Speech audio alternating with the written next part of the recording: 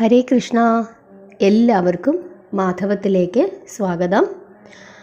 April 27 ശനിയാഴ്ച ദിവസം ചതുർത്ഥി തിഥിയാണ്.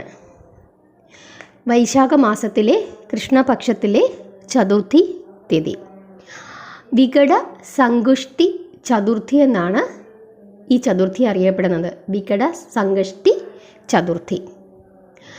ഈ ദിവസം ഭഗവാൻ ഗണേശനെ പ്രാർത്ഥിച്ചാൽ നമ്മുടെ എല്ലാ പ്രതിസന്ധികളും മാറി നമുക്ക് ഐശ്വര്യപൂർണമായ ഒരു ജീവിതം ഉണ്ടാകുമെന്നാണ് പറയുന്നത്.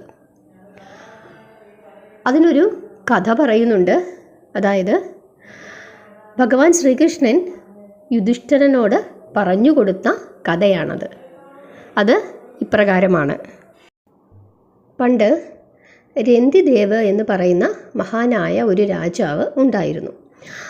യമൻ, കുബേരൻ, ഇന്ദ്രൻ മുതലായ ദേവന്മാരുമായി ഒക്കെ ഈ രാജാവ് വളരെ സൗഹൃദത്തിലായിരുന്നു. ധർമ്മകേതു എന്നു പേരുള്ള ഒരു ബ്രാഹ്മണൻ അദ്ദേഹത്തിൻ്റെ രാജ്യത്ത് താമസിച്ചിരുന്നു.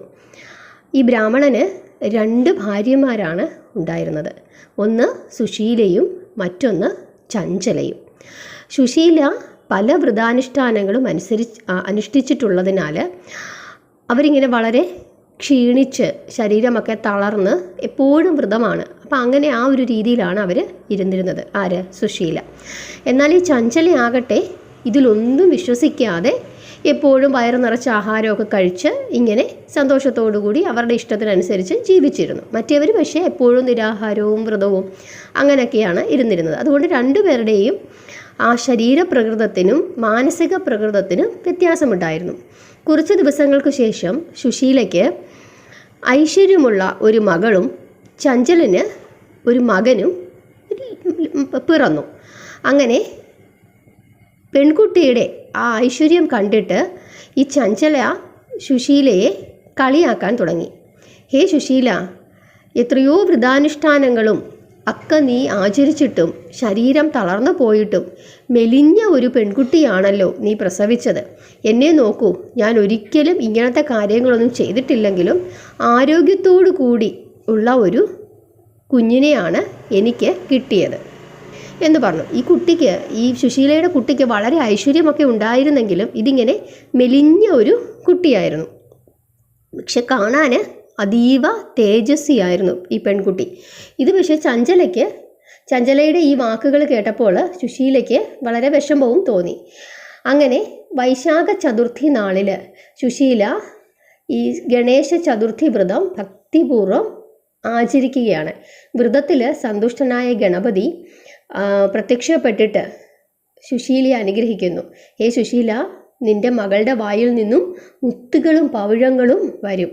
അതുപോലെ തന്നെ വേദങ്ങളിൽ നിപുണനായ ഒരു പുത്രൻ കൂടി നിനക്ക് ഉണ്ടാകും എന്ന് പറഞ്ഞിട്ട് ഗണേശ ഭഗവാൻ അപ്രത്യക്ഷനായി.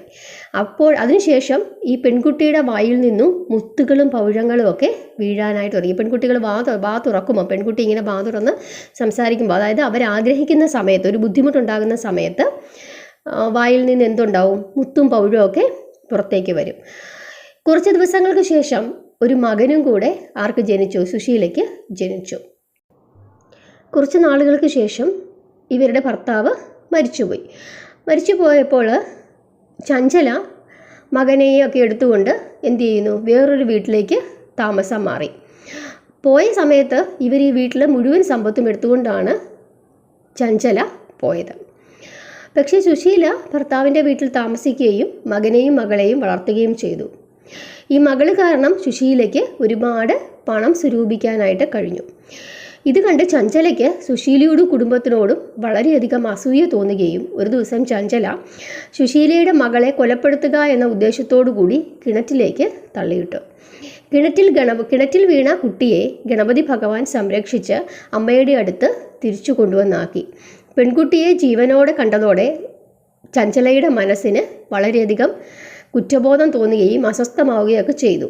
ദൈവം തന്നെ സംരക്ഷിക്കുന്ന ഒരാളെ ആർക്കാണ് കൊല്ലാൻ കഴിയുക എന്ന് അവൾ ചിന്തിച്ചു തുടങ്ങി. ഇവിടെ സുശീല തൻ്റെ മകളെ തിരികെ കിട്ടിയതിൽ വളരെയധികം സന്തോഷിക്കുകയും ഗണപതി ഭഗവാനോട് നന്ദി പറഞ്ഞ് വീണ്ടും വ്രതങ്ങൾ എടുത്തുകൊണ്ടിരിക്കുകയും ചെയ്തു. ചഞ്ചല സുശീലയുടെ മകളുടെ കാൽക്കൽ വന്ന് വീണു. എന്നിട്ട് ക്ഷമ യാചിക്കുകയാണ്. അവളുടെ പ്രവൃത്തിയിൽ മാപ്പ് പറയാനായിട്ട് തുടങ്ങി. സുശീല ചഞ്ചലയോട് ക്ഷമിക്കുന്നു. എന്നിട്ട് പറയുന്നു, നിന്റെ പാപത്തിന് പരിഹാരമായി നീ എന്തു ചെയ്യുക? വ്രതങ്ങൾ അനുഷ്ഠിക്കുക. അങ്ങനെ വൈശാഖ മാസത്തിലെ കൃഷ്ണപക്ഷത്തിലെ ചതുർത്ഥി തിഥിയിൽ വ്രതമനുഷ്ഠിക്കാനായിട്ട് പറയുകയാണ്. അങ്ങനെ വ്രതമനുഷ്ഠിച്ചാൽ നമ്മുടെ രണ്ട് കുടുംബത്തിലും എന്തുണ്ടാകും? ശാന്തിയും സമാധാനവും സമ്പത്തുമൊക്കെ ഉണ്ടാകുമെന്ന് പറയുന്നു. അതനുസരിച്ചിട്ട് ചഞ്ചല വൈശാഖ മാസത്തിലെ കൃഷ്ണപക്ഷത്തിലെ ചതുർത്ഥി തിഥിയിൽ, അതായത് വികട സംകഷ്ടി ചതുർത്ഥി വ്രതങ്ങളൊക്കെ അനുഷ്ഠിക്കാനായിട്ട് തുടങ്ങി. അതിനുശേഷം ഗണപതി ഭഗവാൻ രണ്ട് കുടുംബങ്ങളെയും അനുഗ്രഹിക്കുന്നു. രണ്ട് കുടുംബങ്ങളും നന്നായി തന്നെ ജീവിക്കുന്നു. അതാണ് വ്രതകഥ. അതായത് വലിയ തെറ്റുകൾ, പാപങ്ങൾ ചെയ്താൽ പോലും ആ പാപത്തിൽ നിന്നൊക്കെ നമ്മൾ കരകയറണമെങ്കിൽ ആത്മാർത്ഥമായി ക്ഷമ പറയുകയും ഭഗവാനോട് മാപ്പ് പറയുകയും നമ്മൾ ആരോടാണോ തെറ്റ് ചെയ്തത് അവരോട് മാപ്പ് പറയുകയും ചെയ്തതിന് ശേഷം ഭഗവാനോട് പ്രാർത്ഥിക്കുക, വ്രതമെടുക്കുക. അങ്ങനെ ഈ വ്രതമെടുത്തു കഴിഞ്ഞാൽ നമ്മുടെ പാപങ്ങളെല്ലാം മാറുമെന്നും നമുക്ക് എല്ലാ ഐശ്വര്യങ്ങളും ഉണ്ടാകുമെന്നും തടസ്സങ്ങളും പ്രതിസന്ധികളും എല്ലാം മാറുമെന്നുമാണ് പറയുന്നത്. ഇനി ഇന്നേ ദിവസം നമ്മൾ ഏത് രൂപത്തിലാണ് ഭഗവാൻ വിഘ്നേശ്വരനെ പ്രാർത്ഥിക്കേണ്ടത് എന്ന് ചോദിച്ചു കഴിഞ്ഞാൽ വക്രതുണ്ട രൂപത്തിലാണ് പ്രാർത്ഥിക്കേണ്ടത്. അപ്പോൾ വക്രതുണ്ട രൂപത്തിൽ ഭഗവാനെ പ്രാർത്ഥിക്കുക. വക്രതുണ്ട മഹാകായ എന്ന് പറയുന്ന ആ നാമം നമുക്ക് എല്ലാവർക്കും അറിയാം. ആ നാമം രാവിലെയും വൈകുന്നേരവും 108 തവണ ജപിക്കുക. ഗണപതിക്ക് വിളക്ക് കത്തിക്കുക. ഇതാണ് ചെയ്യേണ്ടത്. അതുപോലെ തന്നെ ഉപവസിക്കാം. അന്നത്തെ ദിവസം നമുക്ക് മുഴുവൻ ഉപവസിക്കാം. ഒരു നേരം ഭക്ഷണം കഴിച്ചിരിക്കാം. നമ്മൾ സാധാരണ എങ്ങനെയാണോ വ്രതം എടുക്കുന്നത് അതുപോലൊക്കെ തന്നെ ഇരിക്കാം.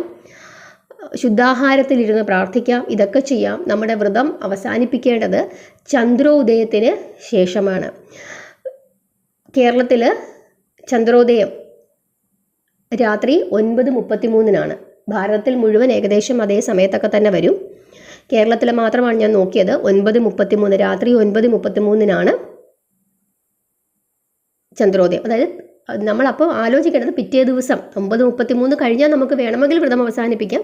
പക്ഷേ രാത്രി വ്രതം അവസാനിപ്പിക്കുന്നതിനേക്കാൾ നല്ലത് പിറ്റേ ദിവസം ഞായറാഴ്ച രാവിലെ ഗണപതി ക്ഷേത്ര ദർശനം നടത്തുകയോ അതല്ലെങ്കിൽ വീട്ടിൽ തന്നെ ഭഗവാനെ പ്രാർത്ഥിച്ച് തീർത്ഥം കുടിച്ച് നമ്മുടെ വ്രതം അവസാനിപ്പിക്കുകയോ ചെയ്യാം. എന്തു തന്നെയായാലും ശനിയാഴ്ച ദിവസം ഭഗവാനെ പ്രാർത്ഥിക്കുക. വക്രതുണ്ട മഹാകായ എന്ന് പറയുന്ന നാമം നമ്മൾ 108 തവണ ജപിക്കുക. ഗണപതി ക്ഷേത്ര ദർശനം നടത്തുന്നത് വളരെ ഉത്തമമാണ്. തൊട്ടടുത്ത എല്ലാ ക്ഷേത്രങ്ങളിലും നമുക്കിപ്പോൾ ഗണപതിയുണ്ട്. ഉപദേവതയായിട്ടെങ്കിലും ഗണപതി കാണും. അപ്പോൾ അവിടെയൊക്കെ വഴിപാടുകൾ നടത്തുക. ഒരു കർഗമാലയൊക്കെ മേടിച്ചു കൊടുക്കുക. ഒരു വിളക്ക് കത്തിക്കുക. ഇതൊന്നും ചെയ്യാൻ പറ്റുന്നില്ലെങ്കിൽ പ്രാർത്ഥിക്കുക. അതാണ് ചെയ്യേണ്ടത്. വളരെ വിശേഷപ്പെട്ട ഒരു ചതുർത്ഥി തിഥിയാണ്. പ്രാർത്ഥിക്കേണ്ടുന്ന രൂപം വക്രതുണ്ട ഗണപതി. എല്ലാവരെയും ഭഗവാൻ അനുഗ്രഹിക്കട്ടെ. ഹരേ കൃഷ്ണ.